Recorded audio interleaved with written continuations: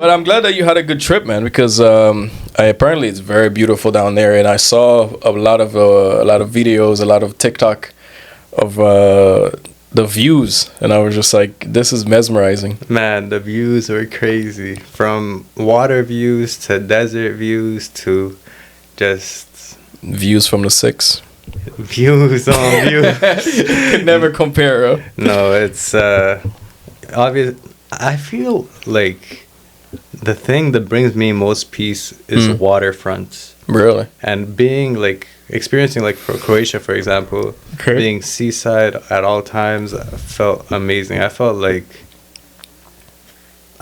all the energy that I had lost throughout the year, like having gone through like the winter, being constantly at work, Yeah. the vacation I needed, and all the energy I needed replenished Okay. was brought back in that 1 week in Croatia.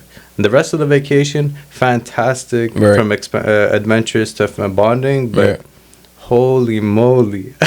I needed the Damn. water, man. Yeah. I needed the water. I'm not. I'm glad that to hear that, but I'm not a waterfront type of dude. Like I went to Mexico, and then what was it? I think it was Mexico. I love the water in the morning, but then afterwards I get a little bit of. I have this weird sensation when I'm in front of the water. I'm more like a mountain type of dude. Like I would really love to have a big house on top of a mountain and just overlook the view. Yeah. For me, that brings me a lot more peace versus the front ocean. Okay. Because what happened is like when I'm sitting in front of the ocean, I see the water going back and forth. To me, it gives me this weird feeling that I'm stuck in this weird loop. Yeah, yeah. It's like there's no peace behind it. You just feel like the ocean is endless, and I'm like, oh man, like that is scary. Like I don't even know what's out there in the ocean and type of thing like that. But when I'm on the mountains, I'm looking. I'm like, oh, look at all this. This is really cool. Like that, I find that to be peaceful versus the ocean view. I got a question for you, but before I do, repeat that rhyme. Let's lower my volume a little. Okay. Thank you. That's perfect. Yeah, I was just wondering. You say you'd love to have a home on a mountain or something. Yep. But if you were to go on one vacation spot, regardless of money and the funds you would need to go there, where would you go? The first place that comes to mind that could be kind of touristy but still mountainous Okay. would be Machu Picchu. But I don't know if you've ever thought about where you'd want to go to experience something. Ooh, great setup, man. Great setup. Soon, I will be going to Machu Picchu. Going to going to Peru. I don't want to expose it, but soon Peru is gonna be lit because we're gonna be bringing. We're gonna go with the clothing brand, and there's a lot of unreleased. Stop! Don't tell them all this. Okay, yeah, you're right. Let the adventure begin because it's gonna be sick. I still have to plan where I'm gonna be staying. I think that's what I'm gonna be doing tomorrow morning. Make sure like I booked everything in terms of like the hostel because I love to stay at hostels. I feel like a lot of people don't know this. Like they think when you're traveling, you need to travel big and like go to different hotels and stuff like that. But if you're someone who's on a budget just like me, Yeah. and you want to travel, I really recommend going to a hostel because it's like you get to meet so many different people from all walks of life, and you get to. That's how I met a bunch of people from Puerto Rico when I went to Puerto Rico on a solo trip, and it's like some friendships they last long time. It's like the lifetime friendship. You never know who you'll meet. Exactly. Yeah. Versus like when you go to a hotel, like you're just by yourself, and there's not that much community. There's not that much bonding you can do. But a hostel, you just be in a room full of people, Yeah. and these people could be weird, and these people could be awesome. So you never know. But it gives you like a very different experience in terms of like how people are, Yeah. and you get a glimpse of like where people come from and their different backgrounds, their culture, all types of cool stuff like that. And I loved it. Apparently some people don't have a good experience with it, and some people would never try it. I don't think you would ever try it. It's not your vibe. As of now, no, but depends on who I'd be traveling with. Okay. If I'm with somebody who's comfortable enough doing it, Okay. maybe I would. Okay. Also depends on the duration of the trip. All right. If it's like 1 week, quick things, like I don't need to be out of my comfort zone for Yeah, too yeah, long, yeah. then it's manageable. But if Okay. it's like a 3 week or a longer trip, then sheesh, that might be a bit too long. Huh, maybe you're right because I only did 1 week in Puerto Rico, so that's probably why, like you just 1 week and it felt like, oh, yeah. But I'm pretty sure, like, within, say you stay there for like 2-3 weeks, Yeah. it probably would get on my nerves because it's just like, some people are weird, like I said. It's like you meet some weird people out there. But, anyways, everybody's authentic on their own way, so you gotta just accept it for what it is. Wait. Hey! But that's amazing to hear, though. How was your summer in general? What would you say was the highlight? I'm sure there was something that stuck out to you the most for your summer. Highlight, honestly, life is good, man.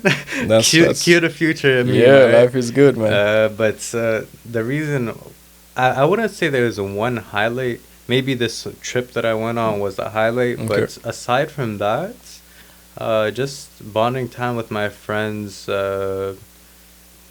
from fishing to basketball Yeah. to just casually chatting. Yeah. It just I know you're on the same page as I am. It's the little things that make Yep. life what it is Yep. and bring joy to nearly everybody. Yeah. Uh, not to bash anybody that's Yeah. materialistic, but Right. like I think it's very important to love and be proud of all those little things. Like, for example, I'll watch a movie with my family. Yeah. We're just sitting there, not exchanging money, not I don't know, doing anything that Yeah. will require some serious expenses. Yeah. But we're right by each other, and we feel The good, love. the Yeah. love, Yeah. the positive atmosphere, Yeah. and it's all those little things combined that made my summer what it was. Remember when me, you, Shubi, and all of them we went Yeah. fishing? Yeah. We didn't catch anything. Wait, didn't Shubi No, man. No? This guy created a fish with all the bait he had. Remember that? Oh, yeah, I remember that. That's Yeah, funny. but, You didn't cut anything. I remember that. That's crazy. I mean, nonetheless, though, I'm a competitive guy when it comes to sports, Right. but I still had a blast. We didn't catch anything, but Yeah. we were there with each other, bonding, talking, laughing, That was a while good time. doing a sport we enjoy, right? Yeah, that was a good time. So it's all like that, and we're getting older, man. It's that's something we have to treasure too. Yeah. 'Cause Honestly, I was thinking about that. Now that you say we getting older, I don't mind getting older, bro. Like I feel like yes, in a way where when you're getting older, you have a lot more responsibility. But like the older that I get, I'm really liking the fact that I'm getting a little wiser. yeah. And then I get to look back at like my 19, 18-year-old self and be like, yo, you were so dumb. Like, what were you Yeah. thinking, But now it's like I'm getting a little bit older, getting adult money. And then we get to like, okay, I can do this, I can do that. And me, I love doing shit, as you know. I love doing things. So now I'm like, okay, now that I fixed a motorcycle, maybe I want to fix a boat. Okay. What about I want to restore one of my dreams. To restore a BMW M3 1996, one of those. I would love to have one, put it in the garage, and then do it from scratch. Not from scratch, but like get it to start, get it to run. Yeah.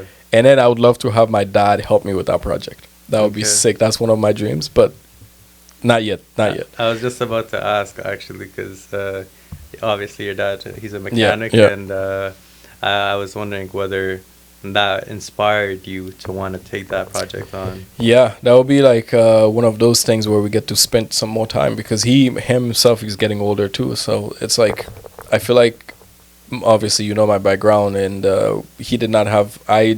I spent 7 years without my dad when he moved to Canada and all of that.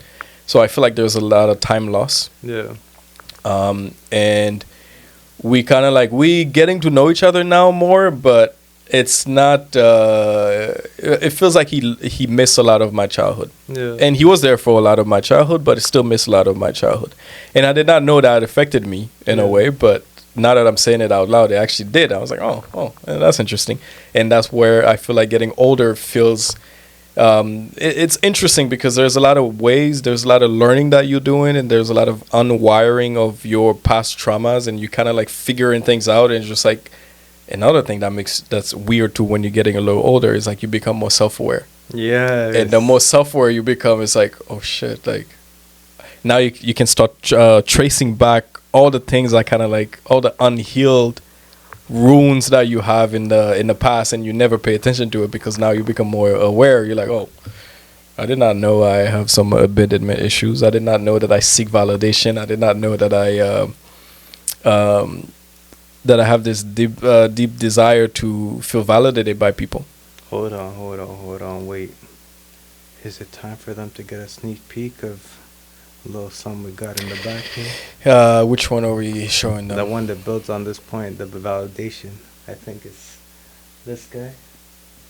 Is it this one? Don't do that. Oh yeah, actually show them. We'll show them. We'll show you guys a little sneak peek of what's coming. I don't know if I should release it this fall or next fall though. We'll see what happens. Y'all ready for this?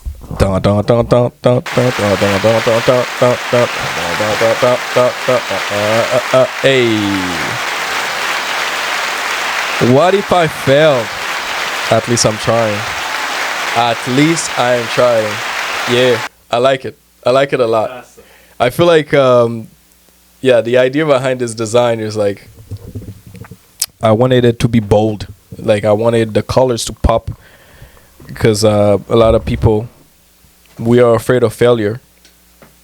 All of us. I am one of those people that is afraid of failure, and I don't like people. I don't like when people see me failing. You know, I mean, it's like one of those things. It's like, oh, you put your mind into a project and then you failed. Nah, but the way that I see you as a character, and this is perhaps your step into adulthood and a leap towards more maturity, Okay. is that you're attempting so many different projects. Like, Yeah. you have never in your life dealt with this many different items, this many different vehicles, this many motor powered things. Yeah. And here you are attempting everything. Like today, do you know how many times you fumbled the bag with trying to turn on the pressure washer? Yeah. But after so many attempts, with me there and before me, Yeah. it worked. Yeah, I know. I Well, was there to witness your struggle. I Yeah. couldn't do it. Yeah. But here you are. At the end of the day, doesn't matter how many times you fail, you were successful at the end. True. You didn't give up. I did not give up. So I did not give up. I think you brought the Lucky Charm too, so that helps a lot. That helps a lot. But I'm glad that you were there because like last year we tried doing this thing and I had no clue what I was doing. yeah, And then fast forward a year later, I'm pretty sure it was around this time. yeah, probably. And then I was like, fuck it, let's try it. And I did not want to give up on it because I'm like, okay, the basic knowledge is there's certain things that are just factual. It's like, okay, we need gas. We had gas. Yeah. We need spark. We had spark. And we need air. So if one of them is not working, then we figure out we troubleshoot. And I feel like there's a lot of people, they don't want to troubleshoot. They don't want to try to like fail as many times as possible. Because I think the main issue is that we're afraid to let people see us try. I think that's very well put. I don't necessarily have a problem with people seeing us try. I think the problem at hand sometimes is trying but failing. Obviously, if you're trying and people acknowledge your efforts, that's a plus, and then you fail, it's okay. Yeah. But if they see you trying but don't acknowledge it and think, oh, you're a failure, that's where the problem is. Like from my own personal life, I'd rather do a project by myself, struggle, go through a ton of research to try and figure out solutions. But if I fail, I fail. I'll keep going at it because I'm persistent. I'm trying to achieve my goal. Yeah. So that's on your own, like when you do a project. On my own, yes. But for example, at work, it'll be tougher to see someone dissatisfied with the work I've done. just because I know something's at stake. Like I'm performing for not only my colleagues, for my manager, but I'm also performing for other people too, like a Okay. greater audience. Yeah. So if it's something that affects me or those close to me, Mm-hmm. uh, it's okay to mess up. I think it's more pressure when you know how vast the audience is. That's interesting. I don't think I've ever. I think most of the project that I've tackled, they always been for my own satisfaction, Yeah. and I haven't had a project where I have so many people relying on me. I think Yeah. probably the project that I have a lot of people relying on me is probably myself in terms of my family relying on me to succeed. Yeah, yeah. That's probably the only pressure when it comes to like pressure to perform. That's Yeah. probably where that's the only pressure that I feel. But apart from that, everything else that I try to do it because I want to try it on my own, and I like trying new things. Yeah. Yeah. Not to get it misconstrued though. I think I have a fair amount of confidence, and confidence is very important when you're dealing with different things, especially things you've never dealt with before. Right. And so you have to approach everything, even whether how big the audience is. That's to disregard. Yeah. You have to approach it. Expect mistakes. If you're Yeah. expecting perfection, you're gonna mess up anyways. Yeah. So that's part of the process. You have to enjoy the process. We're both very well aware of that. Yep. But I think one thing that should really be taken away from this is to not care so much about what others have to say. Kind of reflecting what the shirt is about. Yeah. You have to really do your own thing, try your best, and whatever happens, happens. People, regardless of your success level, are going to find something to talk about. Yeah. So you have to disregard it. But I have a question though. Do people actually reach a point where you don't care what people think? I feel like you always care what people think. I think there's there's certain people that don't care.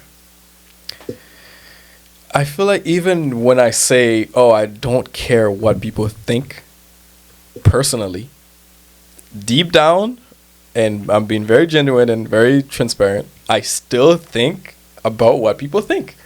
It's like, Let's ask the audience what they think. Can Can you drop something in the comments? I'm sure they will leave something in the comments. But yeah, I still care about what people think because I have this weird narrative that I have in the back of my head. It's like when I'm doing something, it's like, oh, okay.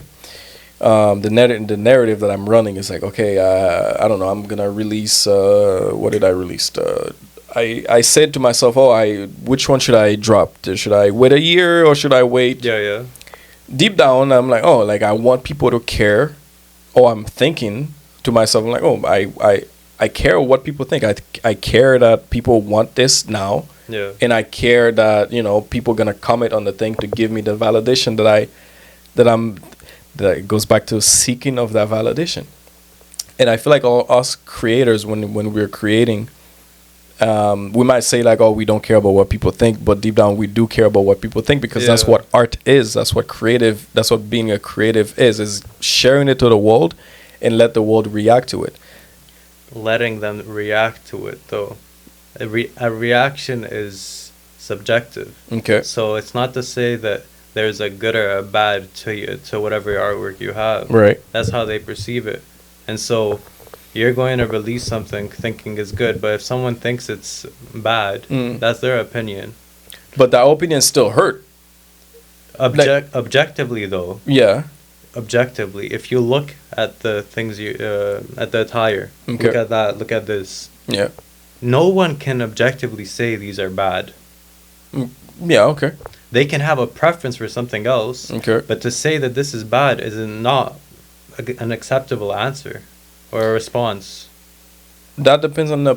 That's why they call them haters. Like there's always gonna be a hater. Like people gonna hate on the things that you do, regardless if deep down they don't mean it. They're still gonna go out of their way to be like, this is trash. Like fair enough, but those guys you can ignore them. You can't. They're not rational. They're speaking from a point of hatred. They're not speaking from a valid place. They're not, but you can't. You cannot ignore them. Like, I'm being genuine when I'm saying this because let me explain. You can get 1,000 people you can get 1,000 people to respond positively to something that you do. Like they like, a round of applause. Oh my God, you did amazing. And then that one person that says like, oh, this thing is trash. Bro, I'm telling you, this thing, the negative comment will stay with you more than the 1,000 people that give you positive comment. I've seen this on the TikTok that I've been posting. Yeah. And like, you see all these people, they're like, oh, wow, good job, you're cheering, you da-da-da. And then that one person that's like, oh, man, like, I don't know why you get your ears pierced. Like, that's such a waste of time. That comment stayed to me. I was like, why do I feed in that negative energy instead of like feeding into the positive energy? I feel like I don't know why our brain is wired to focus solely on the negative when everything else around us is so positive. And then I had to stop and ask myself, like, why do you care about what the person think? And it goes back to the same thing. It's like you're always going to care what people think, even if you say that you don't. I think I agree with you in that that's how we are by nature. Yeah. But I think that obviously with practice it could be changed. For example, am I recalling the term correctly? But positive affirmations. Okay. I think that's the term. Nonetheless, you're speaking to yourself positively. You're reminding yourself that you're good enough, that you're great, that you deserve all the best, all the positive stuff that you deserve to hear. Okay. If you tell that yourself that when you hear a negative remark from someone else, a third party, it won't affect you that much. And that's actually something that I saw in a video that was targeted for confidence and public speaking. Okay. That's how you build your confidence in order to be able to deliver an effective presentation. Should you? I feel like I have. Should you be the one telling yourself that, or should you wait, or should you kind of like get that from an outside source? You don't know if someone outside or external will give it to you, though. So you got to remind yourself and if someone else does it, well, that's an added bonus. Okay. So then, how come a lot of people are, including me, are afraid or scared to do things because, my question that I was trying to get at is like, fucking escape my brain. Rewire. I feel like this episode is very heavy. Yeah, it is very heavy because we went deep in trauma and response and things that the way it makes things feels to us, and they're positive and negative, and maybe it's a good thing to have this type of conversation more often. I don't know where to go next. I don't know if we should lead them on to the next episode with this one, so you can head to salsa. Oh yeah, salsa, baby. Hey, listen, I've been taking. Okay, this is exciting. Fuck this. Change the topic real quick. I've been taking salsa classes. The reason why I've been taking salsa classes is because I went to Lance Park. And there was that one dude. And I'm being authentic right now. I don't care. Sue me. I don't care. I'm going to air it out. There's that one dude. Dude is dancing salsa with almost every girl that I see that I'm kind of interested in. He just pulled up and he started dancing salsa. And I got so mad. It was me and John. I don't know if I should say it. Whatever. Me and John. We both look like bricks. Like, we could not dance for shit. Oh, God. I don't know why this is so funny to me. But we could not dance. But that one dude, man, he pulled up. And the crowd of people, beautiful women, like left and right dancing. Dude shows up. He grabbed the girl hand like 1, 2, 1, 2. And I was like, yo. Why can't I do this? I was like, yo. I'm like, okay. I know I'm a handyman. I can do this. I can do that. But like, I don't know fuck all when it comes to dancing. Like, why is this dude just pulling up and like showing up, showing this, showing that? I was like, damn, I need to be able to do the same thing. Anyways, man, I have much respect to you, but I still hate you at the fact that you can dance and I can't. And I will definitely be learning how to dance so that I can do the same thing that you do. You inspired me. Thanks a lot, man. It's coming from a good place. It's coming from a good place. That's why I'm thinking salsa. Are you willing to show us how stiff you were the first time? No, hell no. Hey, yo. Hey, yo. And I think Ben will be coming to salsa on Tuesday too, so I'm looking forward to that. But you know what's crazy? What? We're going to add this part so we can have more engagement from the crowd, you know, because we got to break up this serious conversation a little bit. Yeah. So you asked me about how I spent my summer and what made my summer all good. So tell me about how you spent your summer, what made it great, and what you got upcoming. I heard you might be doing some snowboard. Yeah, I got, honestly, I love summer, but I also love winter. Ew, stop that. I know. I love winter. I used to hate winter, but then I got into snowboarding. I'm a different man. Dude, I am waiting to get snow. I just want snow. I just want the first. Hate me or if you don't, I don't care. I don't care what you think, what you say. I do care, but still, I'm looking forward to a nice little snowfall because like I'll be in the mountain and sliding down, and it's gonna be the greatest fucking day of my life. I'm really looking forward to that. I'm genuinely looking forward to that, and it's sick. I'm a summer baby, so I can't really share that. Screw your summer. I cannot. You stop right there, sir. For me, the warmth of the summer, but I gotta admit, okay, the beauty of the snowy landscape is awesome, but I need the summer heat, dude. Man. You need to get into snowboarding. You need to get into snowboarding or skiing. I don't care.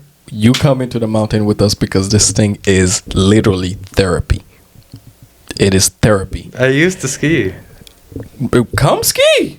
Come ski. Come do something. Because like all we do in the winter is we just eat, stay at home, and then let it get dark, and then we do the exact same thing. We repeat. But I'm telling you, once you pick up a hobby in the summertime, especially like snowboarding, skating, whatever it is, winter goes by so fast. Yeah. It's insane. And I want to go to, hopefully I can afford it, to all types of different ski resorts and snowboarding resorts. Because I feel like it is a community. I feel like the white people knows this shit. They've been knowing this thing. And it's just like us black people, sadly, we don't like to try things. We do like to try things. This is very controversial. I'm probably going to skip that topic. But I know it's like, a lot of people are like, oh, it's a white people sports. It's a white... Dude, it is so blessed. It is so blessed. When you are going down in that mountain... speechless. Sensational. Sensational is an understatement. But to go back to the highlight of my summer is starting my bike. That was my highlight. I think that was like one of the happiest day. I remember the video. Day. It was probably more than just the video though. You must have been screaming to the point where you couldn't record at the time that it happened. Dude, I have been at this for a year. Yeah. A year. I picked up this bike. The whole story is just like I pick up the bike from Facebook Marketplace for $500. It has no keys. It doesn't start. Doesn't run. No batteries. What else was wrong with it? Anyways, I took the risk and I said to myself, hey, this is how I want to do things in life. It's just like I want to just jump into things without like fearing of what's gonna happen. And then I jump into the bike. At the time I had a truck. I put the bike in the back of my truck and I drove home. And on my way home, I think I called you. Yeah. And I think I called my sister. I called my sister and I was like, yo, I just got a bike. She's like, huh? I was like, yeah, I just got a bike. And then she's like, what? I was like, yeah. She's like, do you know how to ride a motorcycle? No. Have you been on a motorcycle? No. Well, apart from like riding in the back seat, but that's it. And I was like, okay, cool. The entire time I'm riding home, and I was like, yo, what are you doing? Like, there's some stuff that I do, and I always question myself. Like, what are you doing? Anyways, and then when I got home, obviously I had help to Yeah. load up the bike. It wasn't that heavy, but when I got home, shit is heavy. Yeah. I was like, oh, how am I gonna bring it down because I don't have a ramp. So anyways, I finagle with it slowly, got it down, put it in the garage, and then I looked at this thing and I was like, oh man, did I just make the biggest mistake of my life, or is this gonna be the dopest adventure of trial and error that I ever embarked on? See, when you got it though, no fear about whether you're gonna be able to fix it. Yeah. You thought to yourself, ah, shit, I'm about to lock in and get this done. Yeah. So Yeah. you did that. You did that. I did that. That was the highlight of my summer. And the second highlight is my garden. I love my garden, and I got so many tomatoes, man. It's really cool. That was really cool. And that's what I said to you. It's like growing, getting older is sick. I enjoy it because you get to do things like you've never done before. I've puttied. That was fun. Back-to-back puttying. That was fun. But now it's like I feel like I'm becoming more of me, like the person that I've always wanted to become. And I have great friends. I have you. I have my sister, which I'm grateful for. I'm grateful for all of you guys for being in my life. And I'm looking forward to what's to come, because the future is exciting.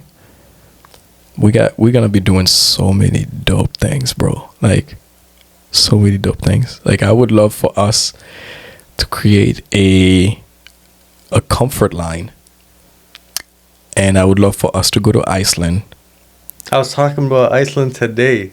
I would love for us to go to Iceland and film dope content. And whenever I'm picturing this, I'm picturing you, me, Sayika, and then all the friends that I met all throughout my travels. Yeah. I would love for this to be big enough where we can fly them out. Yeah. We all rent a van, and then we got a couple photographers and videographers, and we go there and just create something fucking dope. Yeah, drone footage, cameras, everything. Dope. Holy. Yeah, Dope, that'd be insane. dope. Whenever I'm daydreaming, this is what I'm daydreaming of. Man stuck at work. Literally, I got called out. How does this... I got called out because I was doing that, bro. Jeez. Yeah, I'm excited for the future. That's a vision. Do you have a notebook or something where you write all this down? No, it's all in my head. It's all in my head, and I just keep vibrating to different. Anyways, we're not getting there. But anyways, how would you like to end this?